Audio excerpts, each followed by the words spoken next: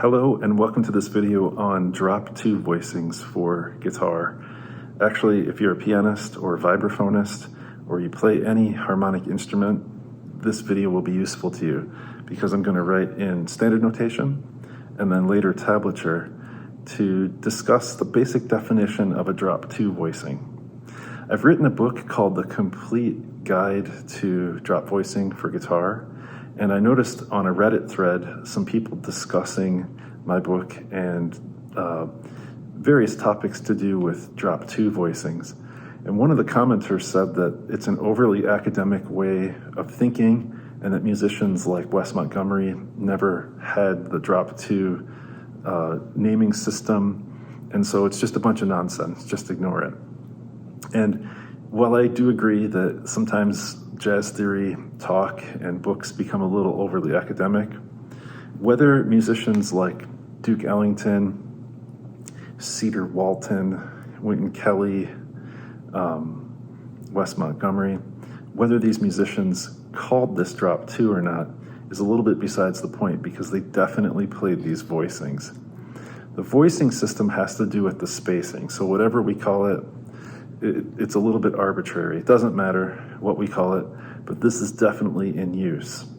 And it has to do with the kind of resonance of the chords, and for guitarists, also just the playability, the feasibility and practicality of the drop voicing.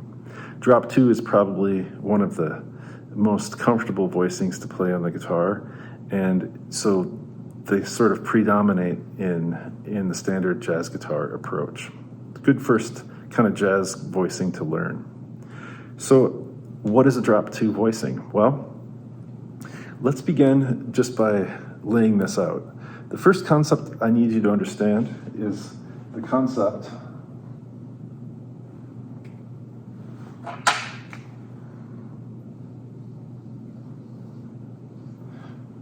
of a root position closed voicing. So if I just write a C natural and an E and a G and a B, this is a C major 7 chord in root position. But what's important here is that the notes are close together, they're all thirds, so we call it closed or close, okay?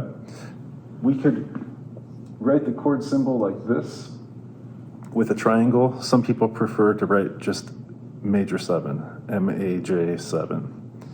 Now, this is not a drop voicing.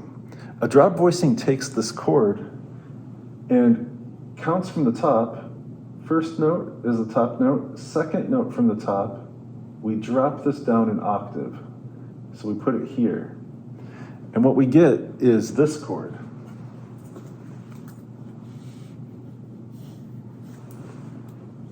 C, E, B, and G has been dropped down an octave. Now, this is still C major 7. It's now a drop voicing. But because our G, our 5th, is in the lowest position, we call this second inversion. I'll just mark this second and then INV for inversion, okay? If we continue this process, we're going to get 4 positions for the drop 2 voicing. We can have root position, first inversion, second inversion, which is here, and third inversion. I'm going to go ahead and expand this out. The way I think of this is I just take each note and I move it up to the next available chord tone. So this is the 5th, this is the root, the 3rd, and the 7th. The 5th would go to the 7th, the root would go to the 3rd as we're going up, the 3rd would go to the 5th, and the 7th would go to the root. And now we have the 7th in the lowest position, so we call this third inversion.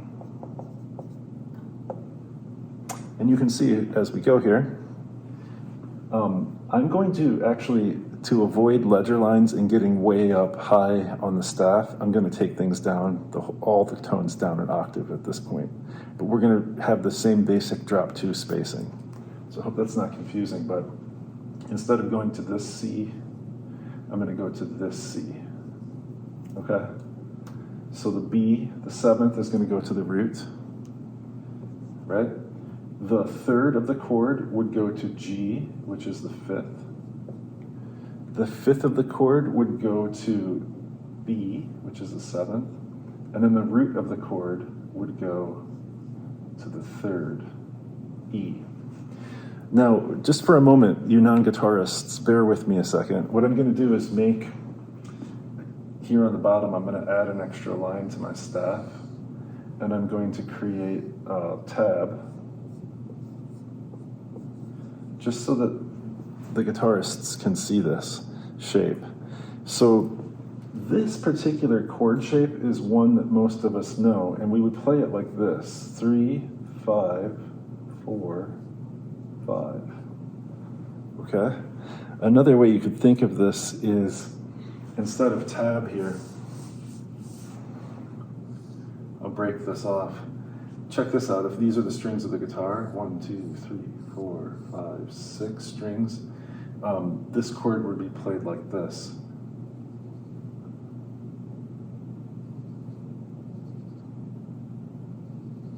And then you X these off. So now we have sort of a chord diagram. Okay, see that? So really now we're at the root position familiar chord voicing that everyone knows. Well, maybe not everyone, but it's one of the first ones that people learn if they're getting into seventh chord jazz guitar playing. So this particular chord shape in root position is like your root position drop 2. The others are inversions, but you can see that we started with second inversion because we started from the second note down from the top, which is the fifth, okay? Okay, I'm gonna erase this. So this is a root position, okay? Now, there's just one more chord left, and that chord is gonna have a third, because we go from the root to the third. The fifth goes to the seventh. The seventh goes to the root, so 7 and root. And then the third goes to the fifth, right here. And if we're in tab, you could play this on the inner strings of the guitar, but I think the place that people are probably more familiar with is playing it on the second, fourth, first, and third. I kind of wrote that as an arpeggio, but you could play it vertically as a chord, okay? So this is C major 7. You might see C major 7 over E, right? You could think of these as slash chords. Second inversion is C major 7 over G. Third inversion is C major 7 over B. And then this is, of course, C major 7. Okay, I'll clean this up a little bit here. So, basically, in a nutshell, this is the theory of drop 2 voicings on the guitar or piano or vibes, right?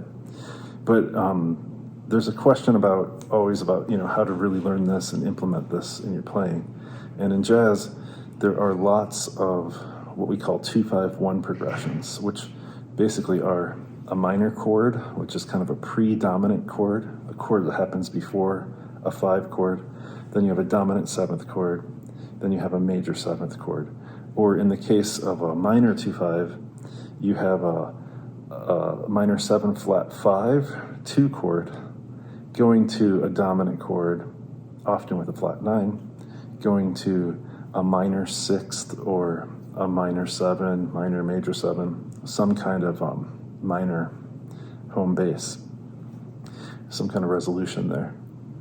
So what we want to do is, if you learn these 4 chords, then what you'd like to do is probably start to make minors or dominants out of them. And what's cool is you can just kind of take and make one note different at a time until you get to different types of chords. I'm going to isolate just one chord here that I think will be easy to see, and I'll show the little story there about different chord qualities and how to get to them. So let's take our friend, the root position major 7 chord. And of course, this chord is drop 2. I guess I'll rewrite it here. So we've got a C, a G, a B, and an E. This is C major 7. If we want to make this a dominant 7th, all we have to do, we take the same tones and we just lower the 7th. Now we have a C7 chord. And I bet many of you know that chord as well. In tab, it would look like, these two chords would look like this. You'd have 3, 5, 4, 5. And of course that note's getting lowered, so it's down a fret, down a number, right? So now you have 5, 5, 3, 5, 3, and this is going to be C7. This is C major 7. So minor 7 chord, we just lower the third of the chord, right? Which is in this case is E. So we have a flat third, we have a flat 7, we have a 5, and we have a root, and this makes C minor 7. And then finally C minor 7 flat 5, or what some people write as a circle / half diminished. I think most jazz musicians like to say minor 7 flat 5, but a half diminished or minor 7 flat 5 chord has, in addition to a flat 3 and a flat 7, it also has a flat 5, okay? And you could see how that would play out in the tab, because you would simply lower, like here you lower the third, 5, 3, and then here you have a 4, 3, 4, because the fifth of the chord is lowered. So C minor 7, C minor 7, flat 5. Okay. So there's one more thing that I think I'll add to this video, and this is really one of the reasons why my book on drop voicings is a long book. And it has to do with how we move from chord to chord. So another way of saying it is, what are the uses of the inversions? Why would we use inversions? Why don't we play everything as a root position chord? The reason, it basically has to do with voice leading. And in order to create a smooth connection between harmonies, we want to keep common tones between harmonies in the same place. So we move minimally. We move each voice, each note of the 4-note chord moves by a half step or a whole step usually, instead of leaping. So if we were to take a 2-5-1 progression,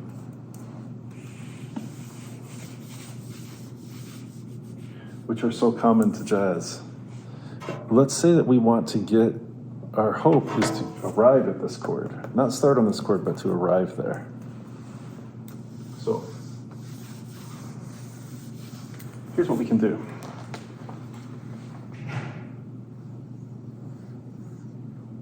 I'm going to add tab here. Typically, what would come before a major 7th chord, well, at least in a 2-5-1 progression, would be a chord that is down a 4th. You could think of it as up a 5th, but it's down a 4th. So C would be preceded by G7. And the thing that would come before the G7 in a 2-5-1, again, would be down a 4th or up a 5th. And so that would be a D minor 7. This is just kind of basic diatonic harmony. Now, if I were to write a root position D minor 7, a root position G7, followed by a root position C major 7, it wouldn't be offensive to the ear, but the voice leading would not be optimal. It's better to sort of retain common tones as we go through the progression. And so if you think about this chord has a B and a G, and those are part of the G7 chord as well. We'll keep those in the same spot. Typically what happens is the flat 7 of a dominant chord resolves to the 3rd. So we've got that one in place.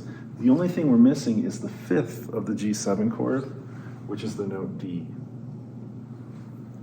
Now, this turns out to be G7 over D. So this is a second inversion drop 2 voicing. And it's a smooth voice leading to the root position, C major 7. And I know I'm going backwards here, but this might be helpful. I'm gonna do the same with this chord. We know that D is the root of this harmony. F is the flat 3rd of this harmony. I said that the 7th usually resolves to the 3rd. And the only thing left is this. So now we have a drop 2 D minor 7 in root position, followed by a drop 2 G7 in second inversion, resolving to a root position, drop 2 C major 7. I'll kind of keep these on the same string set. So when I do the tab for this, I'll play this on the 5th fret. I'll play this on the 4th string, 7th fret, 5th fret on the 3rd string, and then the 6th fret on the 2nd string. So we have the same strings, and then this chord in between, the dominant chord, I'll keep these also on the same string. So this tone is the same.